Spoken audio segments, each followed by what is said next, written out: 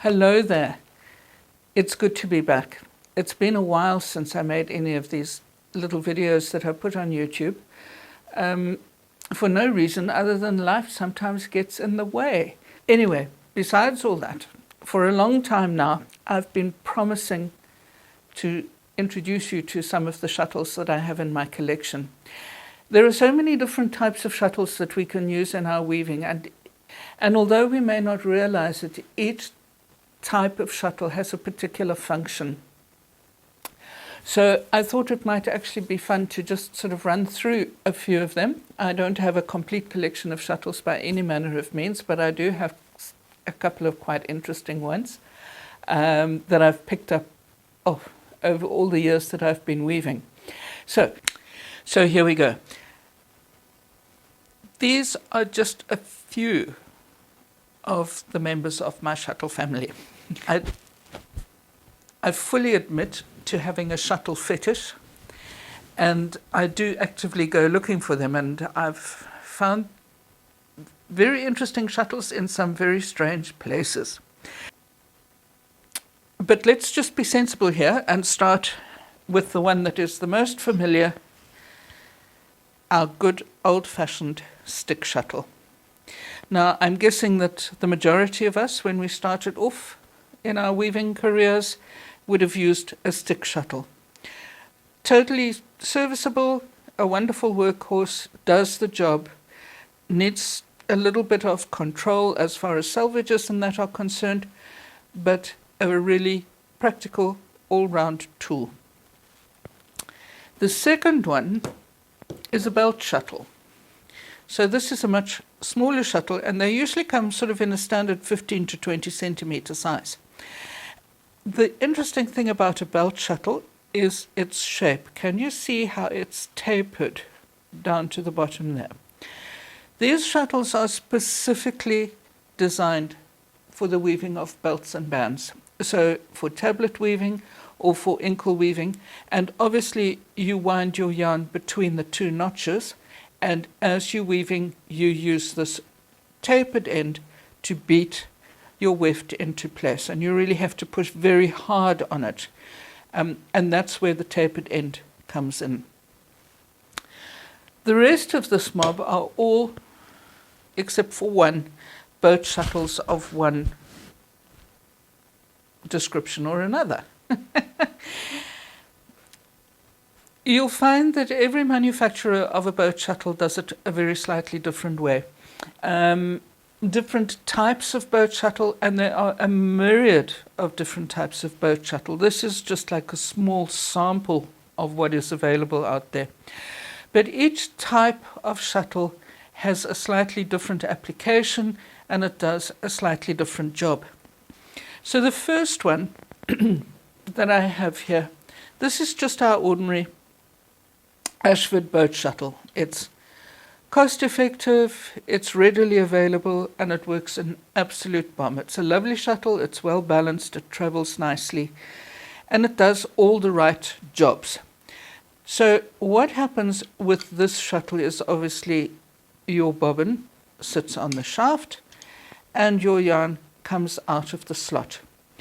As you throw the shuttle through the shed, the bobbin spins, which means that when it comes out of the shed and you catch it with your other hand, you get a small amount of yarn still spinning off the bobbin. So you have to find a way to stop that. And the way I do that is when I receive the shuttle, I just put my thumb very lightly onto the bobbin to stop it spinning, and then draw it through so that I can control my selvage on the other side of the shed. So with a boat shuttle like this, you do need to practice a certain amount of selvage control still.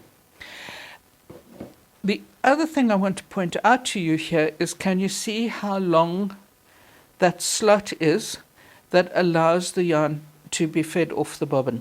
Now this is actually a good thing, because it means that for sort of 80% of the bobbin, you are getting almost a direct line of feed of the yarn coming out of the shuttle.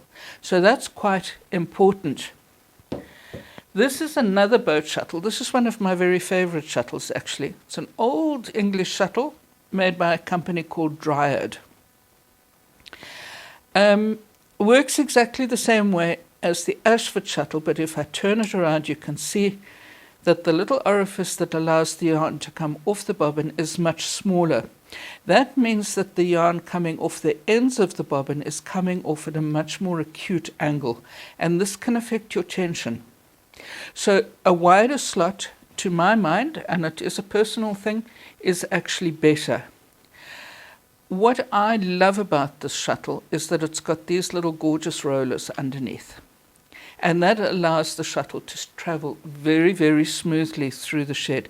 You seldom get a dropped shuttle using a shuttle like this. The other big advantage, though, is that our standard bobbins don't fit.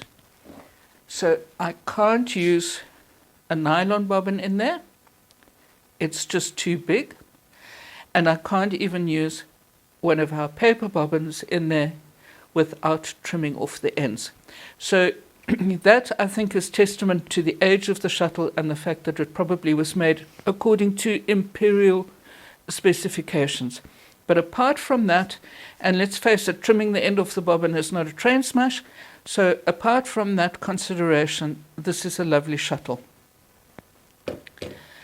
My next shuttle is a Leclerc shuttle, and also an old shuttle, but beautifully made, slightly heavier than the other two, which I rather like. I do rather like a heavy shuttle.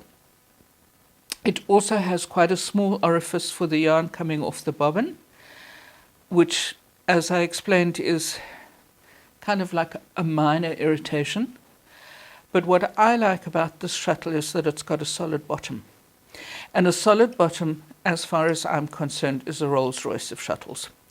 Because with the open bottom shuttles, so like the Dryad shuttle and the Ashford shuttle, if you overfill your bobbin and you use a shuttle like this, the overfilled bobbin will catch on the bottom of your shed, at least until the overfill has been used up.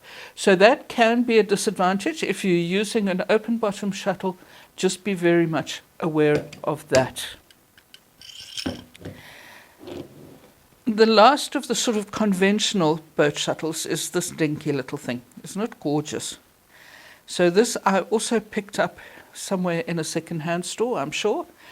Also made by Dryad, and also has the little rollers on the bottom. So this is actually a lovely little shuttle if you're working on a very, very narrow warp width. So somebody working on one of the Structo looms or something like that, which is like really 20 or 25 centimeters wide, a little shuttle like this is absolutely perfect for that. People also use these small shuttles. This one is a little bit big, actually, but it would still work for brocading. So in brocade weaving, you would have different areas of the weave where you're laying in an individual thread, and then a small shuttle like that is great. Personally, I bought this little shuttle because it said, buy me and take me home.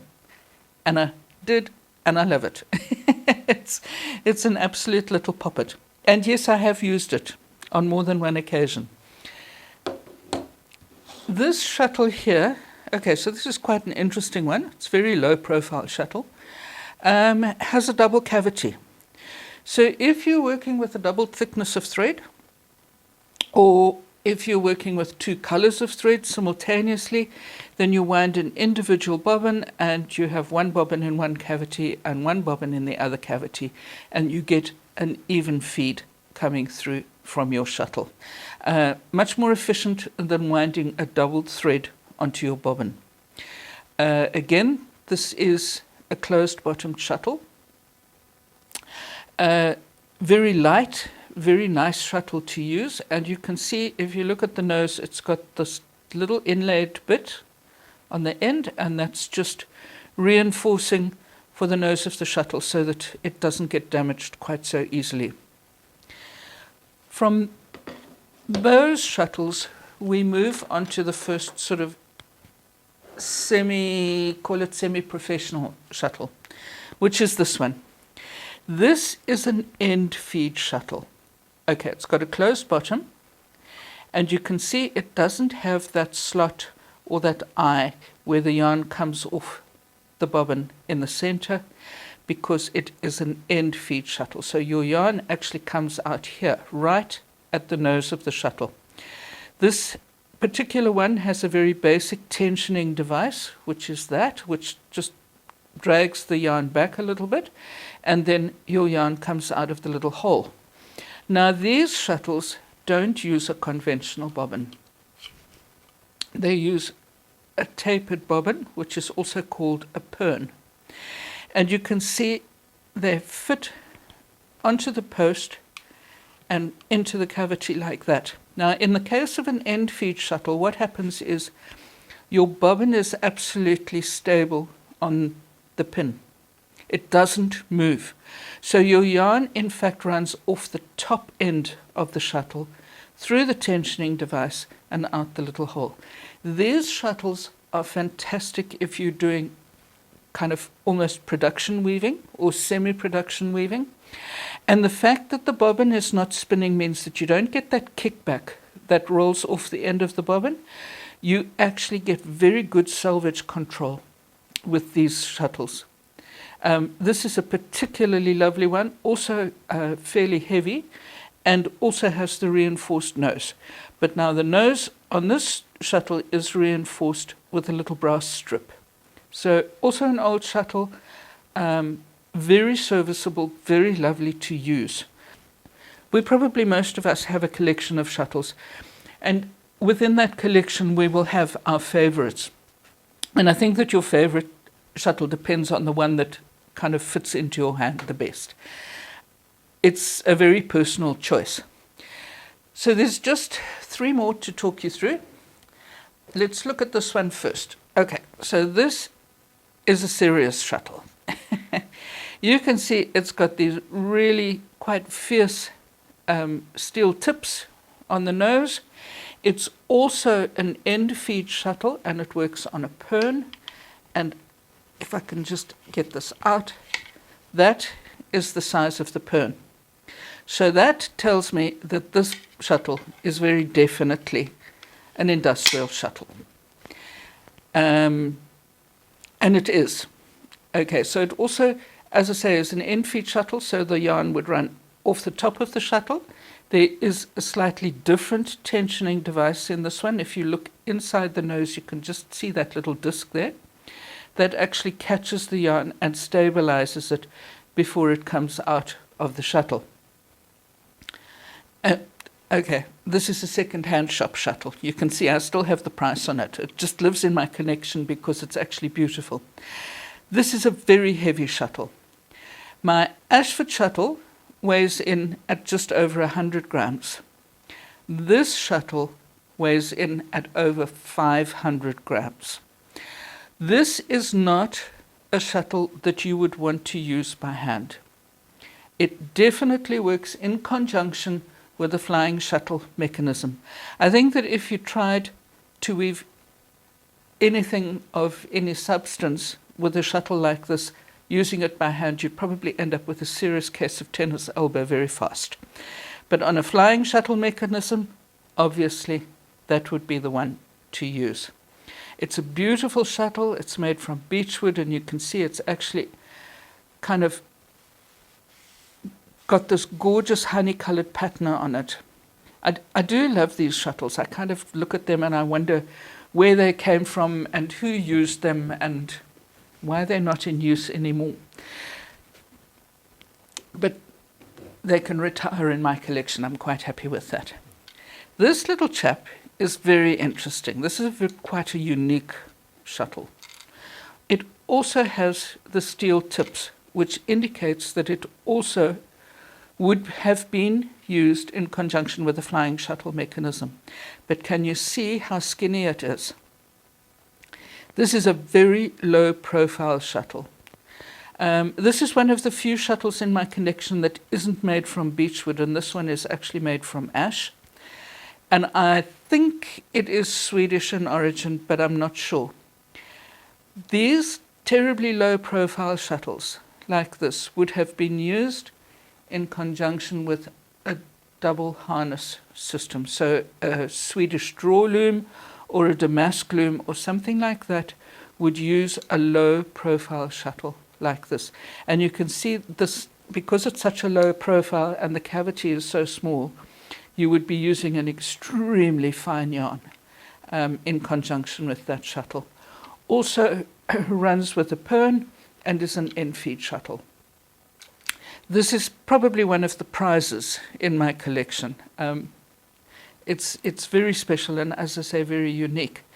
I think it's the only one that I've actually ever seen. But that's what it's for. The final shuttle is this big boy here, and I'm just going to leave that on the table so that we can see it. This is a ski shuttle. So it's kind of one step up from our basic stick shuttle, in that you have to wind your yarn physically around the shuttle and you don't use a bobbin for it. Where this shuttle comes into its own is if you're weaving with cotton strips, so if you're weaving rag rugs or something like that, or if you're weaving with a very fluffy mohair yarn. I use these shuttles when I weave mohair blankets, and I wind my weft onto these shuttles because you can't wind a fluffy mohair yarn onto a boat shuttle bobbin. If you wind a fluffy yarn onto a boat shuttle bobbin, the fibers and the fluff bind onto each other and the yarn doesn't come off the bobbin. So you need something like this. So as I say, this shuttle is great if you're weaving with raffia, or if you're weaving with cloth strips, or if you're weaving with a very fluffy yarn, then a ski shuttle does the job. So there you are, just a few of my shuttle friends. Mostly they kind of live in my studio on a shelf, but occasionally I do take them out and love them because I think that they are beautiful tools and just fascinating. Perhaps you have a couple of these different kind of shuttles and you weren't quite sure what to do with them. So thank you for watching. I shall see you soon.